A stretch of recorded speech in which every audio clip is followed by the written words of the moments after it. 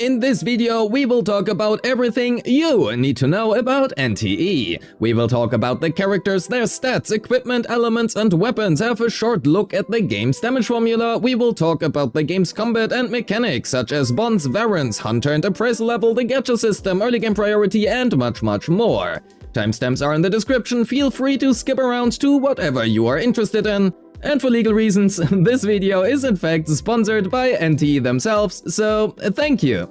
Let's begin. First, let's talk about what NTE even is and what it offers. Neverness To Everness is a supernatural, urban, open-world RPG, and you take on the role of the Appraiser, also called Esper Zero. Aside from a very lovely animated story, it is your classic open-world RPG anime game, and so you will run into the industry's very common standards, such as daily stamina, weekly boss mats, and much more. While NTE offers a lot of various for-fun game modes, such as robbing banks, solving school horror mysteries, or playing a literal horror game with your friends in a hospital, I think those are best explored by not having them spoiled, so instead let's first talk about the 15 at launch available characters and how we can obtain them, or in other words, the gacha system. The pulls in this game are called dice. Fabricated dice for the standard banner pulls and solid dice for the rate-up banner. They are obtained through various ways, but you can also exchange the premium currency for them, called Anolith. Speaking of pulls already, let's talk a bit more about the gacha. NTE's character has no 50-50, the base rate is 0.99% per single pull, and you are guaranteed the rate-up character within 90 pulls, with a soft pity starting at 70. Each rate-up banner also comes with 3 cosmetics, which can either be obtained through sheer luck at a small chance from the gacha, or can be claimed for free by spending a certain amount of pulls on the banner. The standard banner also comes with a selector, and after 50 pulls, with the first 5-10 pulls being at a 20% discount, you are free to select one of the standard characters to claim. Personally, I would recommend you Daffodil or Sakiri. For more information, you can also check out my standard banner selector guide right here if you want to. A link is in the description. However, the game is also supposed to be fun, so pull for whomever you like. As long as you enjoy them, you did the right choice regardless of any meta or character strength. Because the game has no 50-50, you can also just save your selector for a bit and make your choice after you have obtained the first character from the beginner banner. Because the game launches with a massive over 400 free pulls, this should really not be of concern for you, albeit it will take a while to collect them all. Next, in NTE, you can obtain weapons from the shop by spending tri-keys to either buy some of them directly or spend them on a gacha-like banner. These tri-keys can be obtained through various ways. Either by exchanging warp or lost pieces, which are the return currencies from the gacha, or by buying them using the game's premium currency, Anolith, or lastly, the Tycoon level shop will also offer some tri-keys for you to buy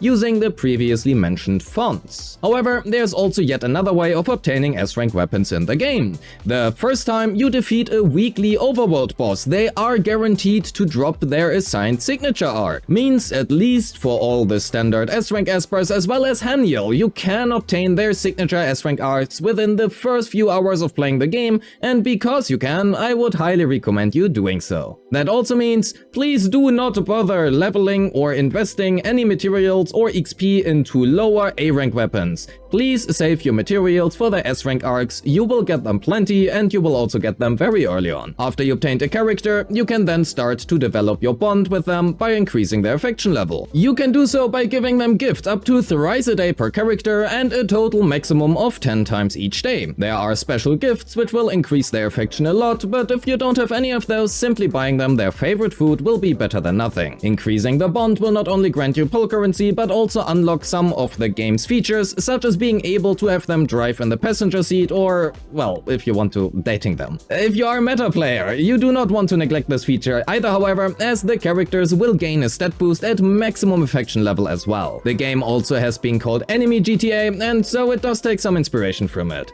If you do bad stuff, you will accumulate warrant value, and if the police catches you, you might be escorted to the prison island. Personally, I thought the first prison island experience was very cool and so unique. unique, and I really do not want to spoil this for you. The game also features various urban management systems, such as the cafe, but more importantly, it also features the City Tycoon level, which is honestly pretty important. Not only do you get a huge chunk of account experience and various materials from completing the various levels, but starting at Tycoon level 18, you will also obtain Chiss for free, and every other level you will obtain more copies of her, as well as her own S-rank signature weapon. Many city features are also locked behind the City Tycoon level, such as the garage, car races, being able to buy an apartment, fast travel, and so on. Means getting your City Tycoon level up is honestly pretty important, and as previously mentioned, I would recommend you to check out my guide on when it is released, I don't know, tomorrow or something. A link is in the description. Knowing that, let's talk more about the characters, the combat mechanics, and also the damage formula. Characters in NTE are called espers, and they each belong to one of 6 elements called esper attributes: Cosmos, Anima, Incantation, Chaos, Psyche, and Lakshana. There's also a 7th attribute called Mental, but it is solely reserved as a damage type. You will assemble a team out of up to 4 espers, and adding in espers of different esper attributes will then allow you to trigger an elemental reaction upon using the support skill called an Esper Cycle.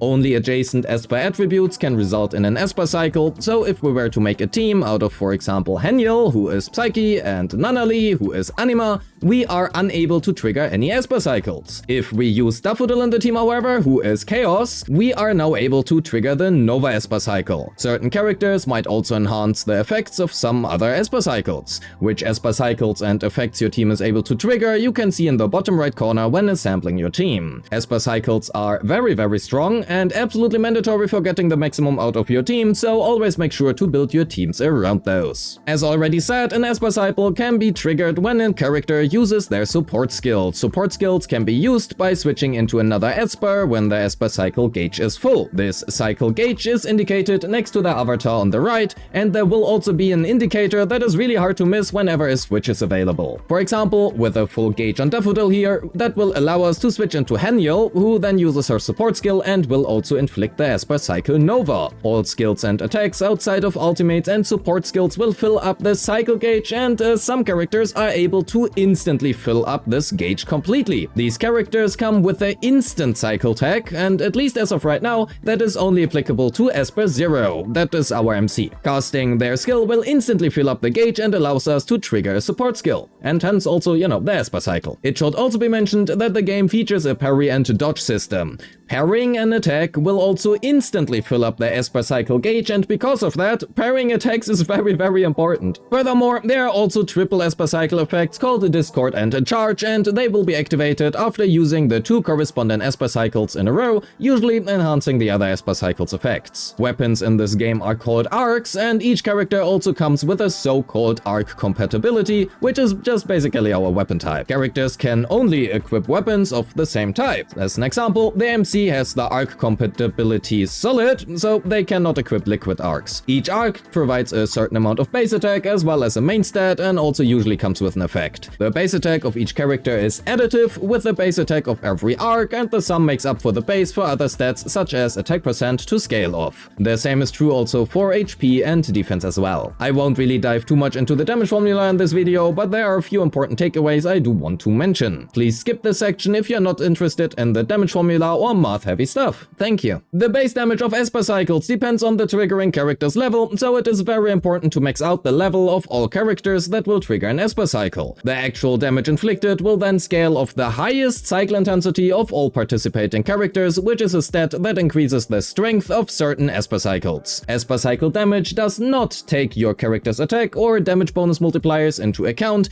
but it does care about the enemy defense and resistances as well as vulnerability modifiers. And in the case of Scorch at least, also your crit damage. Each character's skill will also inflict a certain amount of break upon the target. Break is the white bar under an enemy, and when full, the enemy will briefly become stunned and a certain amount of break damage will be inflicted. Enemies do not take additional damage while broken. The base damage of break depends yet again on the character's level, and the base damage is then multiplied by a percentage based on the character's break intensity, the enemy defense multiplier, as well as a break limiter, which depends yet again on the enemy. The higher their higher break bar limit, the higher the multiplier. To end the more math-heavy section, all character skills, bar the ultimate, will also accumulate ultimate energy. The energy accumulated then depends on the skill itself as well as the character's charge efficiency stat. While the current active character gains 100% of the value, 60% of the energy is also shared to the team. Specific effects that generate energy, such as Nanali's Awakening 2, do not profit of the charge efficiency stat and are also not shared to teammates. Let's continue with some less math-heavy stuff and more casual things, right? The account and vault level in NTE are called Hunter level and Appraisal level respectively. The maximum level of your characters and arcs are limited by your Appraisal level, and your Appraisal level increases every so often, with your Hunter level capping out at Hunter level 55. At Hunter levels 20, 40 and 50, you will unlock breakthrough quests, which upon completion will increase enemy strength and also improve loot dropped by all enemies in the overworld. Hunter level XP are obtained through various ways, with your primary source of income being quests, the daily login, spending stamina at the various farming stages, and completing the one-time tasks in the exploration guide. At Hunter level 60, all Hunter level XP obtained will then be converted into beetle coins at a 1:10 ratio. And speaking already of beetle coins, let's clarify the resources and names used in this game. Beetle coins are your gold, and they are used for nearly everything progression related. Leveling skills, characters, weapons, and much more. Then there are also fonts. Fonts are another currency, primarily used for cosmetics and also gameplay activities. You will need them to buy, for example, a new car or a new apartment, repair your car, buy new character skins in the shop, and also much more. You will obtain millions upon millions of them over time, and I recommend you to check out my urban management and system guide for more information on them. You will find a link in the description when the video is released. The game also features two stamina systems, the city stamina, which refreshes weekly, and the character pixels, which are just your daily stamina. You can and also you should spend your daily stamina, well, daily ideally, as there is no overcap and any stamina you would obtain after it is maxed out is lost. You can use them to farm various characters, skill or also arc materials, well, or you can also just spend them for equipment. And the equipment in this game is pretty unique, so let's talk about it. Guess we are looping back to the characters here for a bit. Each character has a console, and they can equip one cartridge. Each cartridge is part of a set, and unlocking the set bonuses requires a specific setup of your modules. Modules are these Tetris blocks. You can assemble your Tetris blocks as you feel free to within the console, albeit there usually is a very clear way of how the devs want you to build a character. The build recommendations are also actually not that bad, so you can often just follow them. Except for the skill level priority, please ignore those. They're often just really very wrong, and at least of the time, at least of the time of recording this video. Each character has their own special module layout, the set requirements, and also a type specialization, which gives you a stat bonus for each type of module equipped. The modules are obtained by spending Carota coins in the Rewind feature, which can be obtained by either dismantling modules or farming using daily stamina, and it is a simple gacha-like 1 or 10 pull. Higher level rewinds can then also be targeted, increasing the cost per pull in exchange for a higher guarantee for wanted or unwanted pieces, capping out a 360 Carota per pull instead of 80 for a guarantee of a specific module type 2 drop. Each module comes with two fixed main stats, those being flat HP and flat attack, and 4 random substats. You can already see the substats before leveling the modules, and leveling those is simply gonna unlock the respective substats at their respective level. The previously mentioned cartridges have one main stat and also come with 4 random substats. Same principle here, however, it should be mentioned that you can obtain the same substats as your main stat. This means double crit rate pieces, for example, are indeed possible. Here's an overview of all the possible main and substats for golden cartridges and modules. They all come at fixed values, so there's no RNG here. While we are already back at the character screen, let's also quickly talk about the game's awakenings. Those are your mindscapes, constellation sequences, or eidolons, or whatever you wanna call them. The great part, however, being not only can you turn off activated awakenings, you can also unlock them in any order you would like. Obtaining and activating 3 and 6 awakenings respectively will then also unlock the respective resonance effect. However, this one will remain active permanently after the initial activation and cannot be turned off. But not gonna lie, being able to turn off at least your dupes is probably one of the best quality of life changes this game has. And with that being said, let's finish the video here. The game has so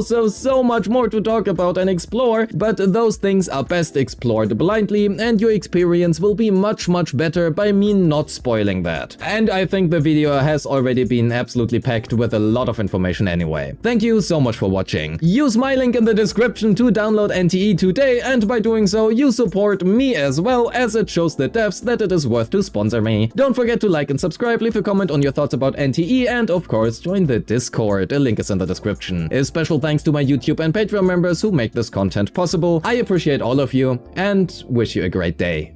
Peace.